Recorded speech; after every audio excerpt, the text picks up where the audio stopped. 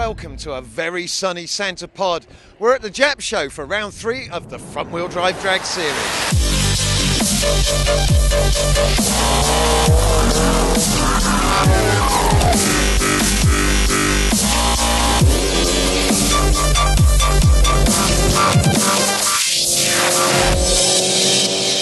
Well, we've got a great entry this weekend. We saw a couple of the cars really coming together at the last meet.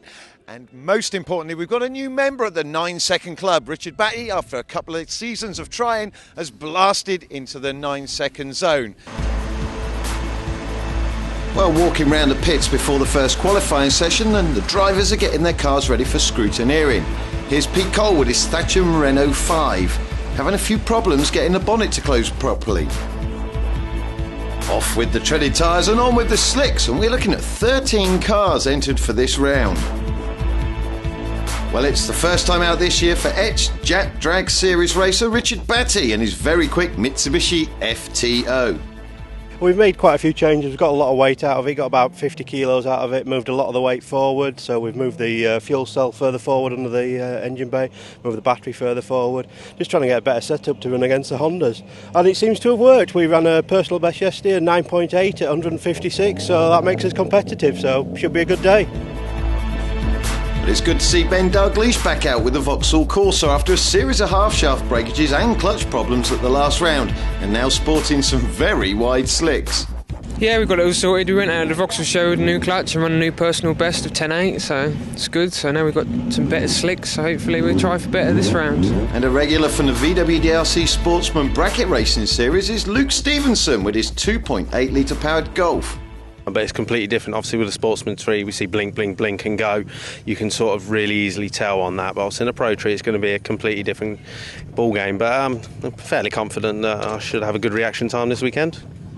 How's the car going itself? The car's going very well. It's not as quick as the rest of the competitors in the class, but hopefully consistency might do me some favours this weekend. So as we move into the first of 3 scheduled qualifying sessions, there's Amy Bradley, race suited up but no sign of her car in the staging lane. Well, with just 8 spots in eliminations, not everyone is going to make it into the competition proper, and there's a few drivers not yet lining up for this session.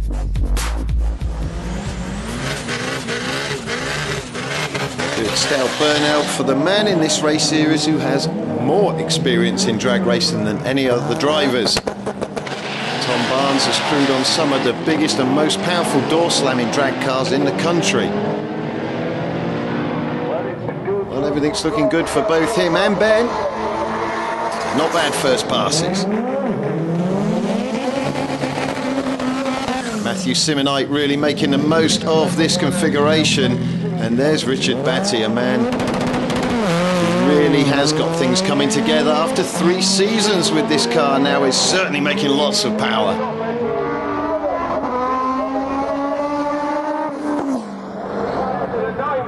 Well, there's a nice safe one in the back, then a 971. Well, Keel Priestman seems to be doing everything right so far, but oh no, Pete's being pushed back, so yet more problems for him.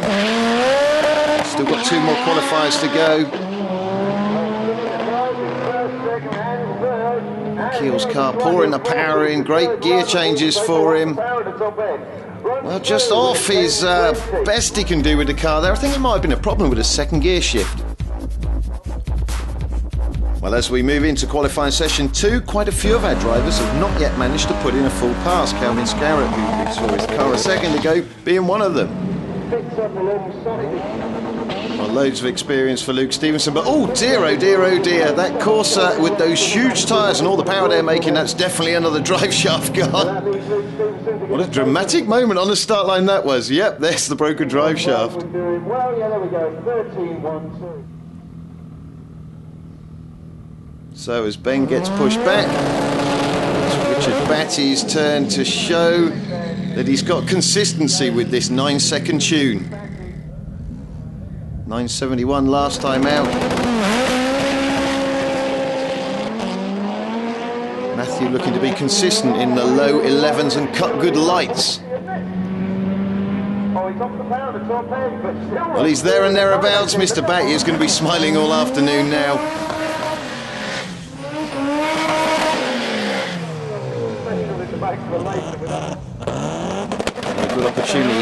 before Tom bars to show how good off the tree he is. That's the only advantage he can gain when he's facing a car with at least twice the horsepower, as is the case here as Keel storms through the top end again. And there he is back in his favourite 9-second zone. So Kelvin makes it to the start line. Well, he bogs a bit, but it's really important that he makes it to the other end so that he's on the qualifying ladder. Having some trouble with two of the gear changes there, but you can see... Yeah, 11.39, he's safely qualified. And after an hour or so of Run What You Brung track action here at the JapShow at Santa Pod, it's time for the final qualifying session. Well, we saw something very dramatic in the last round of qualifying from young Ben with the Corsa. So Ben, I'm surprised you managed to get it fixed so quick. What was the story? Yeah, well, we changed the shaft and it snapped clean off, but driving back up, it's still this side, passenger side's damaged now, so... Oh no, so you thought you got it fixed, but on the way down you realised it's not right? Yeah, it's actually done 2 shafts, not 1. Well, a shaft and a joint. It was rather impressive, but you'll be okay because you're qualified, you'll be out for eliminations. Yeah, and I've got a spare shaft, so that's right. Well, Keel, last round, you're punching 9s out left, right and centre. I know you had issues with the with your boost controller. What's the story today? Well, we've cut some more out there now, and I think with the last run we didn't boost cut anyway, so try it again now, see how it goes. Okay, well, at the last round, you were the man to beat, and today you got someone to chase. Definitely. It's got to be good, hasn't it? And none of the competition that you thought you'd be chasing is anywhere near you at the moment. No, it's looking good today, yeah. I'm quite happy with the 9.7. Hopefully we can improve on that this run and see how we go. The last run should have beat that quite easily, but I missed 4th gear, so I did a 9.8 at 115 mile an hour. So this time, hopefully we'll get better. Well, Amy Bradley has bought a brand new race car to the event, but she's come down in a street car. Well, I was waiting for it to turn up and it turns out that it's got an oil leak, so I can't actually run it, so I'm having to use the Type R this round. And the Type R you drove down here last time, so presumably you drove here expecting to jump into the race car. Yeah, I drove it down yesterday, hoping that I'll be able to run my EG, but turns out that I can't, so I'm having to run this again, and hopefully next week it should be up and... Well, Tom, you've got a massive amount of experience at Run What You Brung, and of course all your experience crewing on mega horsepower cars.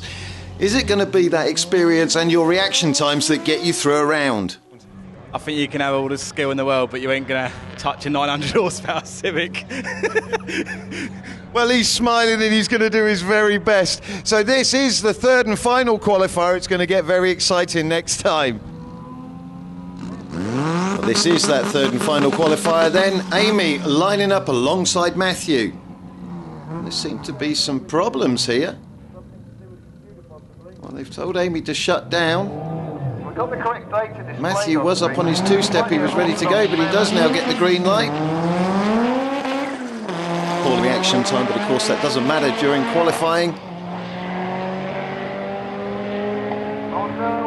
And he storms on through to the top end. Well, Amy has now been allowed to stage. And she's really not had much luck today, and being pulled back off the start line, she'll think things are just getting worse and worse for her. Anyway, she's safely qualified and through again.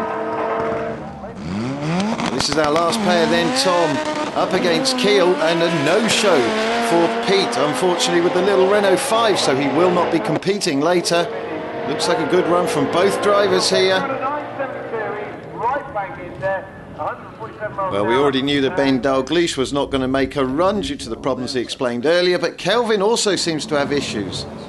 Well, that wraps up our qualifying then, with 2 amazing runs, a 9.71 and a 9.72. Just 1/100th of a second separating our 1st and 2nd places. Well, we've had some teething problems and gremlins and some breakages up there in the pits, so let's catch up with the drivers and see what's been happening. First run, the car bugged in the line, and I just found out the car was low on petrol, so I just had to top it up now. So yet another half shaft being replaced by Ben Dalgleish. The super sticky Santa Pod surface combined with those new wider slicks obviously giving just a bit too much grip. He's got about 60 minutes to swap the shaft and get it all reassembled before the first round of eliminations.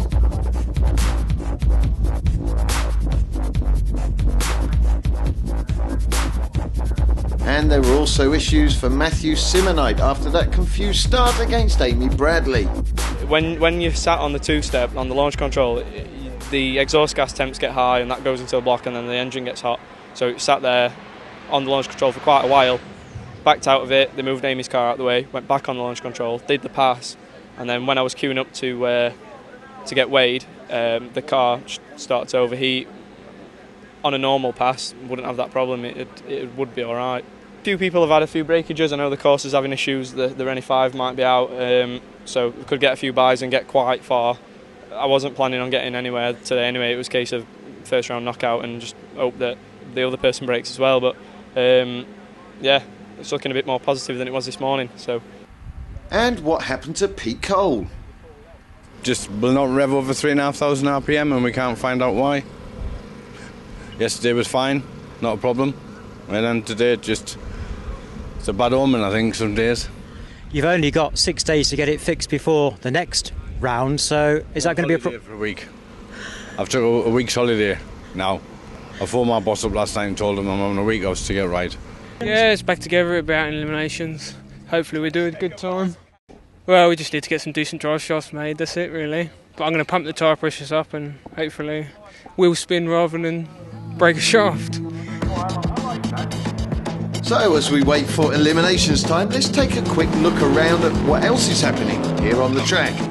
As well as featuring around the Jet Drag series, the track's also open for Run What You Brung action for Japanese powered machines. And what a selection there was on display. How about father and daughter pairing on Super Street bikes? That's Steve Venables and daughter Gemma. What about this awesome run from Andy Forrest? Well, that Subaru really is shifting, son. Look at that, an 820. Incredible.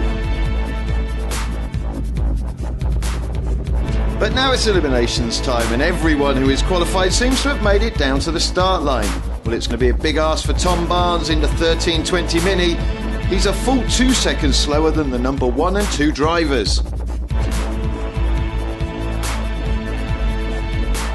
Well, down on the start line now with our number 1 qualifier in the front-wheel drive drag series. Richard, the car's done some amazing things over this weekend, but now it's race time. The ETs are irrelevant, you just have to get to the other end first. But what are you going to do? Are you going to take it steady on this first one, given that Amy's not in the car she was hoping to be in? We never take it steady, this is racing. We're here to get the times and we're here to win, so no, we're not going to take it steady. And your reaction times then? Well, you're hoping the power advantage will make up for any slips you might have, yes. Yeah? Yeah, definitely. I'm about 2 seconds quicker than Amy, in all fairness, so I've got quite a long wait on the tree if I need to, so yeah, we'll go for an ET this time and see how the next round pans out, see who'll get the next round, assuming I get through. Well, I love that. Keel's just asked me, does nobody else want to talk today? No, the reason why we're coming back to you, sir, is because you are one of the 2 cars running 9.7s this weekend. You're the ones we're watching. Everything's still going well with the car? Yeah, it's better now. Definitely. We'll put a little bit more boost in, so hopefully do better on this run. Okay, in drag racing, nothing's a foregone conclusion, but I guess you're fairly relieved with the next round, with the pairings you got. Well, anything can happen. It's happened before, but I've lost. Into round 1 of eliminations then. Richard Batty's car on super strong form, deep into the 9-second zone now. It's going to be a bit of a wish and a wing and a prayer for Amy. She needs to cut a good light, and she does cut a good light. She needs each gear change clean. Well, she's done a brilliant job of holding off Richard, but it spools up and it's gone. Runs through with a 10.22 at 152 mile an hour to Amy's PB of the day with a 13.0. She did everything she could there. Well, here's Matthew Simonite then. He's up alongside Ben Dalgleish. Well, Matthew's been running consistent 11.20s. Ben's car's been a bit here and there today. Oh, and he needed to get those gear changes together, but here comes the boost. He's got a big catch up here. This is going to be very close at the top end. Who's going to get it? Well, it is Matthew who takes the win there with an 11.26. Obviously issues there for Ben. Well, Luke Stevenson is very good on the lights, as he proves there, but he's got nothing to show Keel here. And it is that 700 horsepower Civic that's powering on through. Takes a convincing win there with a 9.77 to a lose-out 13.35. There's Kelvin then, got nowhere near as many runs as he'd like to have done today. Well, it is a very quick car, but Mr. Consistency with all the experiences in the other lane, what can Tom do? Well, a massive hole shot on the start line. He needs every gear coming in now. Kelvin's turbo spooling up, he's up alongside him. Whoa, this is another very close race. Another top end. Well, it is Kelvin who takes the win with a 10.07. And just time for a quick look around our show and shine while we wait for our semi-finals.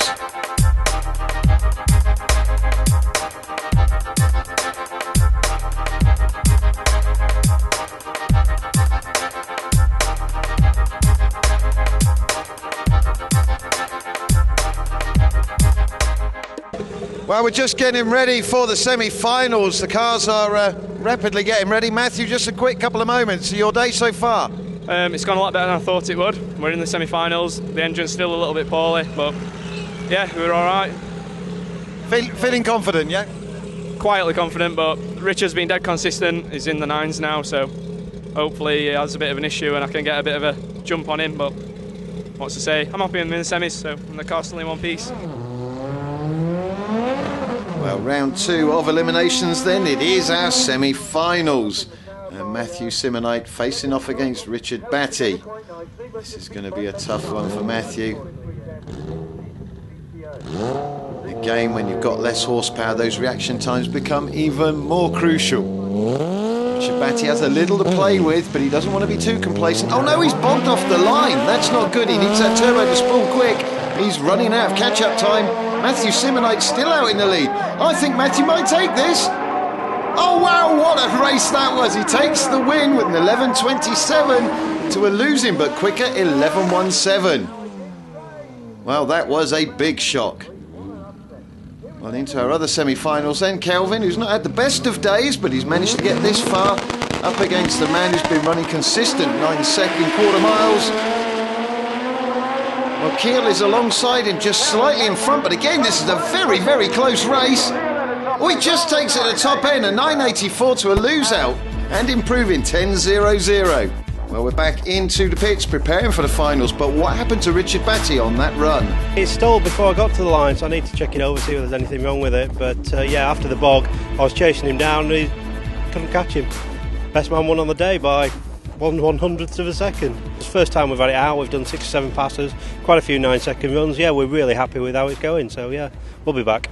Stage up thinking he's going to do another 9.7 like he has been all day, and I saw he had a bit of a problem after his burnout, and then I took off from the lights, looked, and I couldn't see him, and then come to the quarter, looked over the line, he was straight on me, got over the line, no one knew who won. The guys at the scales wouldn't tell us, and then we come back round here, and he asked, who do you think's won? I said, I think it was me. And he says, yeah, you were right, 100th of a second. So it's nice to have both the race tech cars in the final though, so we use the same tuner, and give him a call in a minute, he'll be over the moon that both his cars have made it to the final. And yeah, the underdogs knocked out a 9-second car, so anything can happen, so yeah, over the moon. Yeah, 2 race cars in the final, looking good. You going to go slow and give him a chance? Nah, not a chance. I'll go all out, I always do, so just keep it in. So it's time to pack away and load cars onto trailers for everyone else, but for the finalists it's time to make their way into the staging lane. And while we wait for the final, a test run from Wendell Brand. Wendell should have been competing in today's competition, but encountered problems. This car is going to be fast. Let's hope he makes it out for round 4 in just 7 days' time. Well, that car really does show great promise, and he's gone to a lot of run what you brungs to perfect his racecraft. Well, it is our final time then. Matthew Simonite, the man with a lot less horsepower than Keel Priestman in the other lane. Well, Matthew again proving that he's better on the lights, but oh no, he misses second gear and throws it all away. Keel takes advantage and powers on through. This has got to be another 9, surely. Oh yes, a 9.95 and 145. Just for the record, a 12.79 for Matthew. And your winner, Keel Priestman. Well, Matthew, you started the race day thinking that you were going to just have to protect your engine, and you end up here. Your thoughts? Well, I'm surprised really, and over the moon from the day. The engine's still in one piece, and yeah, got to the final, so good day overall. Brilliant stuff. Now, the man who's done so well yet again, consistent 9-second runs. How did it go today, Keel? Were you concentrating on the car itself, your driving skills, or just looking around you at the surprises? Focused all the time. Doing well. It's just got faster and faster, really, so pretty happy with it, like. Excellent. And any big plans for the next meet? It's only a week away. No, just keep it the same. That's often what wins. Consistency is what it's all about in drag racing. It's great to run fast, but you've got to get to the other end first. We'll be back here again at Santa Pod just next week at the Retro Show for round 4.